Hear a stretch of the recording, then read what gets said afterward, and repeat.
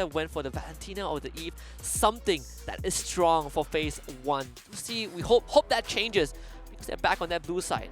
That's right, and now they're probably opting to at least take out one of all these priority heroes that has been appearing in every single one of all these open qualifier match, and this is where they really have to think again.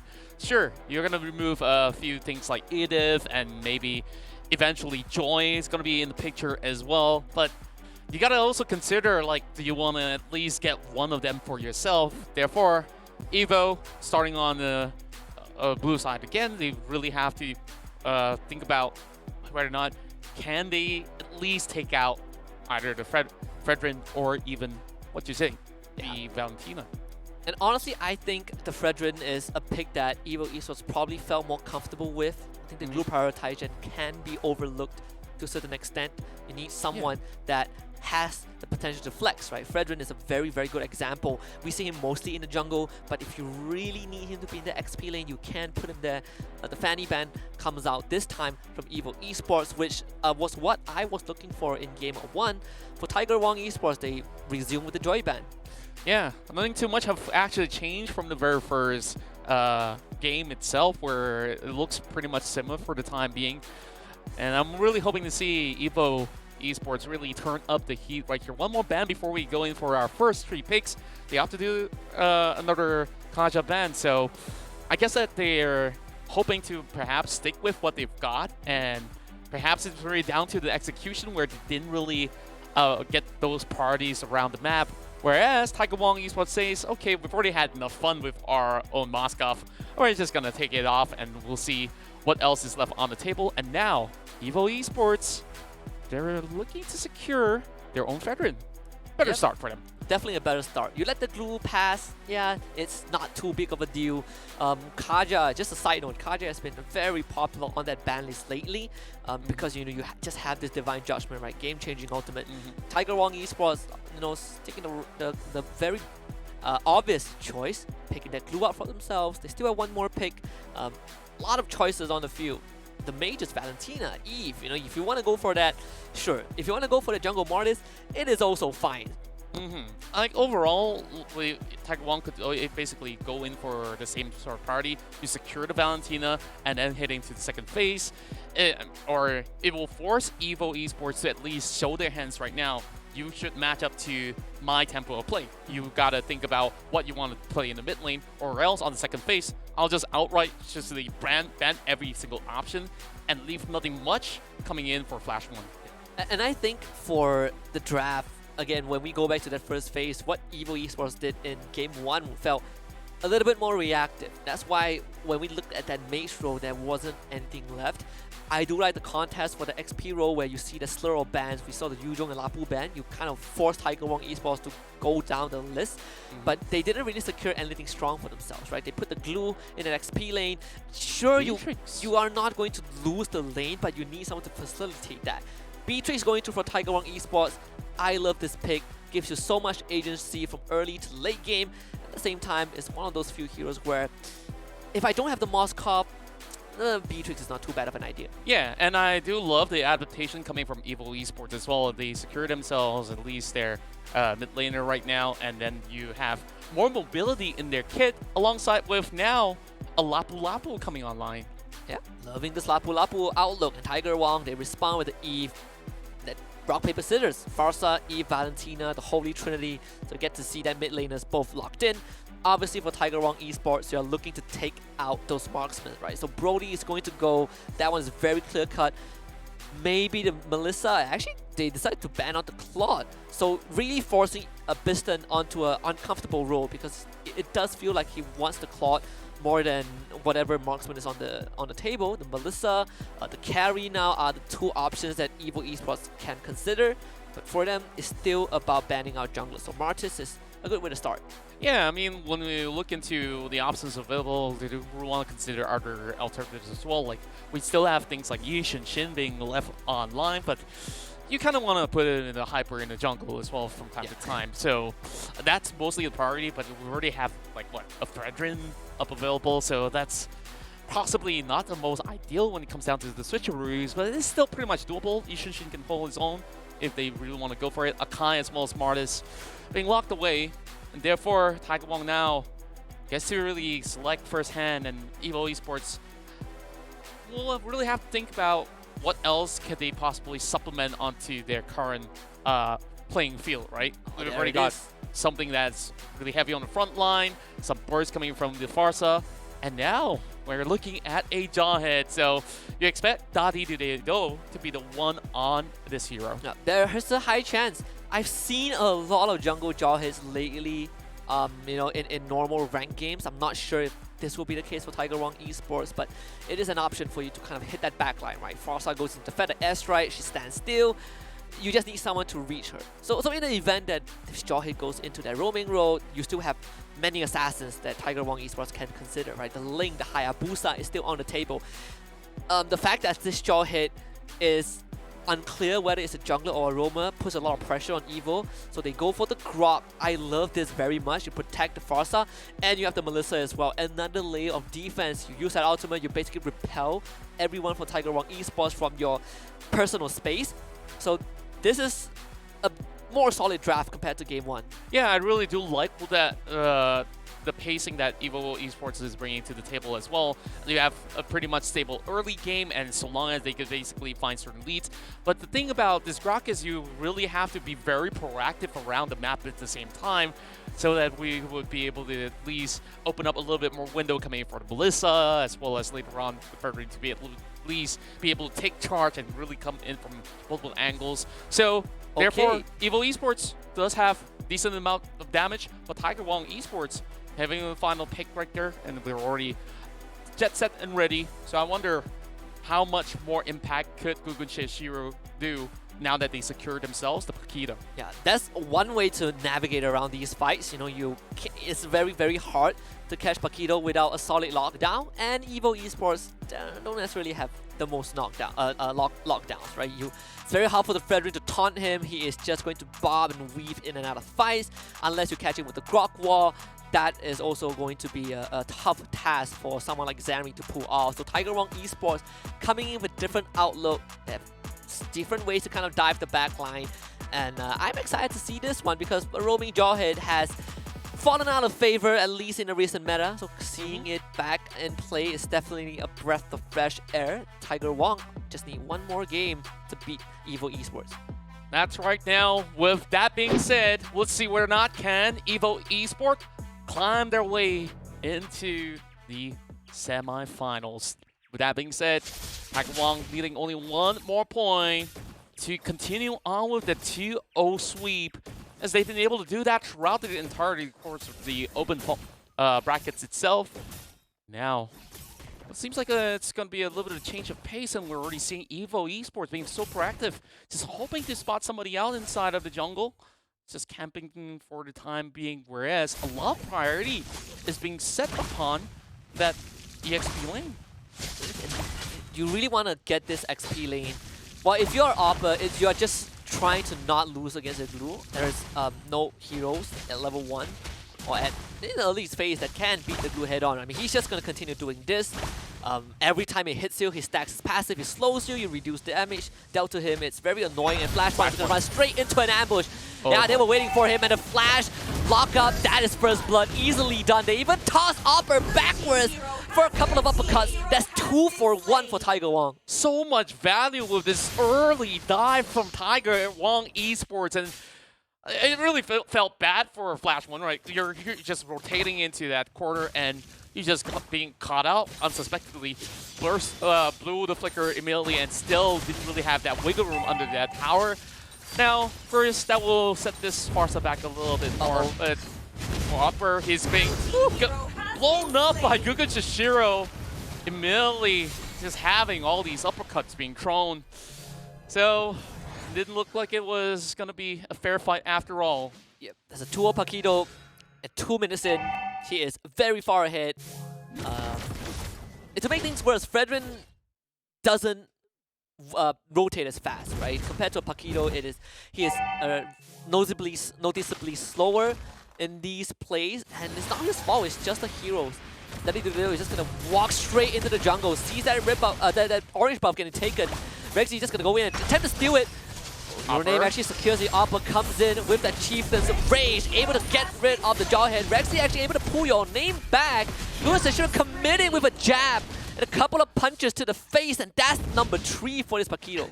Zanri just walks away with a slither of health. It could have actually been so much more. Could be a 4-pointer for Guga Shishiro. But now that the dust has settled up, they will be able to eventually get their hands on the turtle, being uncontested by the rest of EVO Esports. But we at least see a little bit more retaliation from EVO, where they're hoping to at least get a little bit more of that shutdown. But as for most part, they are still playing catch up against this really heavy blows that's being dealt by the rest of Taekwon. Piston will definitely need to deal with these waves. One of the latest skin line, the collaboration with Jujutsu Kaisen. Oh, Daddy Dorito tossing Zanri back. That is the Grok. Better airstrike use as well. Daddy Dorito flicker to safety. Your name can't get in range for any sort of catch-up. So again, Tiger Wong Esports just walking out practically with the full team alive. Yeah, but at least they've been able to find a way to stabilize. Whereas Flash 1 to the Clock of Destiny, whereas it won't be too much of an opening pick right now, as they've already hit that certain level in terms of power spike. They are still going to be looking for their major item, where most often than not, EVO Esports would still need to find a little bit more of EXP to be able to match up against what Taekwon could do. Wesley just goes ahead to challenge onto the orange buff. Meanwhile, nothing much has happened but over the top end. I believe that was a better airstrike to be able to secure 1 for EVO. Look at where the Paquito is. He is hiding in the wings. Better airstrike use as well into a good war charge. That's 2 knockouts for EVO Esports. Good recovery. Exactly what they needed. And Google Seishiro, he was expecting his teammates to bait it out, but the damage was just too much from EVO Esports, so I do love this attempt. And that being said, Tiger Wong, they still are causing a lot of problems. Rexy trying to cut that wave, and he's going to take the Chieftain's Rage, but there's not enough damage from EVO. Wrestling is just so tanky right now, and this is the reason why, you know, there's so many priority onto glue, where you just have so much self-sustain, where whether if you're doing 1 versus 2 early, it's going to be pretty much alright, where you could just leave unscathed. Once again, Tiger Wong Esports will opt to initiate on the turtle, but they do find a little bit of opening pick over mid side. Flash 1 opting to utilize the flicker very early on, and Wesley continues to press against Opera. Yeah, it is so obnoxious to play against. If it gets tossed back by the Jawhead, pulled back by the glue, that's going to be a knockout. 2 kills already going over the Tiger Wong Esports. And I don't know if you want to stick around if you're Flash 1, opting to just transform and go away. Tiger Wong have gotten the turtle for sure. Yeah, at least they do have pretty much a safe space for Melissa to really farm up as much as possible. So if there's anyone to really change the tempo of play, it really has to be Piston. Now they get him a little bit of priority with the fair airstrike as well. Sapphire will just have to give a little bit of space. Unfortunately, not enough wave for them to go in for a dive. Yeah, just easily dash. Daddy Dorito again seeing Zanri. His Grok given no quarter at all. Not able to do his job the way he wanted to. You normally just want to kind of walk into these brushes and open up the map a bit, but you have a Jawhead, and if you're not careful enough, you're going to get displaced and, you know, you get taken out. And EVO don't really have a secondary way to kind of get these kind of space. You have that Fredrin, but he's kind of the less optimal option. You kind of get the wall off, but it's a Paquito. He can easily get out. True enough. EVO Esports at least hold on to all of their turrets remaining. They could basically retaliate, but the rest of Taekwon Esports is just zoning them up. There is a little bit of cavalry coming in from the side of Zanri, but don't think that they will be able to hold on for much longer, whereas they're going for the dive. Gugun finds one again, and Zanri trades back. Finally shut down as Tiger Wong, you know, a bit overzealous from Gugun. Just gives that goal away to Piston, very much needed. And Daddy Dorito will also be forced to flicker. All things considered though, Tiger Wong, they did get that top tier 1 turret, which is still, you know, a better trade compared to what EVO has. So Daddy Dorito, getting a toss is your name. Fredrin should be fine. Piston now having a Demon Hunter sword. picks will give them a little bit more of a longer sustainability in terms of that team fight already. So you expect Distant to be joining in all these team fights. They all congregate over a mid lane as they will have Rins looking for the side, and Daddy Do is just ready to go in with the unstoppable force later on. Yeah. And Glue is just having a great time. He is just cutting that wave. He has forced EVO Esports to rotate down bot, but also because the turtle has just spawned. Tiger Wong, they will have a bit of contest to deal with. Your Name committing to it. EVO Esports in a better position. Google says, "Shio, do you want to temper steal?" He's gonna try, but he's just pushed out. And unfortunately for Rexy, he is in the thick of things. In the middle of 4 members of Tiger Wong, Gugun trying to go in, gets taunted by Your Name. He was waiting for that moment, and Biston gets a double. Wow, that's a little bit careless if you ask me, because it looked like a half-committed fight, whereas Tiger Wong Esports had Daddy Do as well as Rins to be holding back, whereas the turtle has already been slain, and after that, they take a 2-3 second window, and they went for it, which was not what we expect Tiger Wong to be doing, hoping to actually go in for the punishment, but instead they were one step being caught off guard. EVO goes into the secure turret of their own, as while we saw that from a battle happen on Turtle. Saffron actually got the turret from the top side. Daddy Do unfortunately gets dragged back, instantly slammed by Opper. Another pickoff. This is starting to become an issue. EVO Esports able to keep track of where Tiger Wong Esports are, and this is the first time in the series that they have a lead. So EVO Esports are trying to push it onto mid lane, but unfortunately it is not as easy. You have the B-Tricks that Rocket Barrage will kind of clear out the wave. Both teams trading a tier 2 on their on each side of the map, right? Top tier 2 down for EVO, bottom tier 2 down for Tiger Wong. Yeah, and now EVO Esports definitely seem to have a better footing due to the amount of burst damage as well as a heavier front line to work with. So we understand why Tiger Wong Esports is being absolutely careful into getting all these initiation of the pick. Whereas they get themselves a little bit priority over onto the lane, but mid side, the rest of EVO Esports is just charging through. Tiger Wong really has to give way to this point for a fight until Daddy Do finds that pick. Oh no, uppercut. Gugun almost just kills him in one combo. They had to build one to block it, and counter engage from Your Name. Good catch on the Eve. Rins bit too far forward. Punished by EVO. Got the sniper coming through though, re-engage from Tiger Wong. They want more, the taunt is enough. Gugun goes down. Rexy in the back line, and of course Saffron dishing out the damage, but Feather Airstrike is there. Air support from the Farsa takes out Daddy Do. Saffron still alive, able to flicker the safety, and now turns it around, gets the double. Rexy still tanking up damage in the front line. They just cannot get rid of the glue. It's an even trade by Rexy. He's have found the Farsa as well. Oppo forced you to cheat the range, but Rexy actually has enough passive sticks onto him with the ultimate. The snipe almost connecting an even trade on mid lane. And my goodness, this full-on fist fight from both ends is just looking sublime, where they're evenly matched with only 2 more members being left alive. And you thought that hold on much longer, but Wesley just went in trading. This is where we'll fight for the Lord once more, and Gugun Sashiro will be able to lead the charge, and they will catch out the rest of EVO. Oh, Biston able to just get away in time. They actually caught him. And Saffron couldn't get in range for that ult. So EVO Esports mitigating their losses, only losing a Lord. They can still defend this. The fact that the mid-tier 1 is still up means that they have a decent line of defense, but someone has to deal with both side waves that have been set up by Tiger Wong early on. They might have to give up this mid-tier 1. Yeah, especially over on the bottom side of the XP lane, definitely seemingly to have a very brittle turret, whereas EVO Esports is not really giving them any spacing at all. Instantly clears off the waves, and they should be able to at least hold on for the time being, while Saffron once again goes in charging from the bottom side. Now, it really opens up a lot more window for Tiger Wong Esports to really go in for a wraparound and look for these picks. And just look at Gugun, so much confidence just cutting them off from even getting anywhere close by the tier 1 turret. Yeah, just completely stopping EVO Esports, but this is the right move from EVO. Don't really have the manpower. Daddy Do, he's looking for an opening. Got the airstrike and real-world manipulation used. Daddy Do going in, looking for a target. They actually were able to burst Rexy.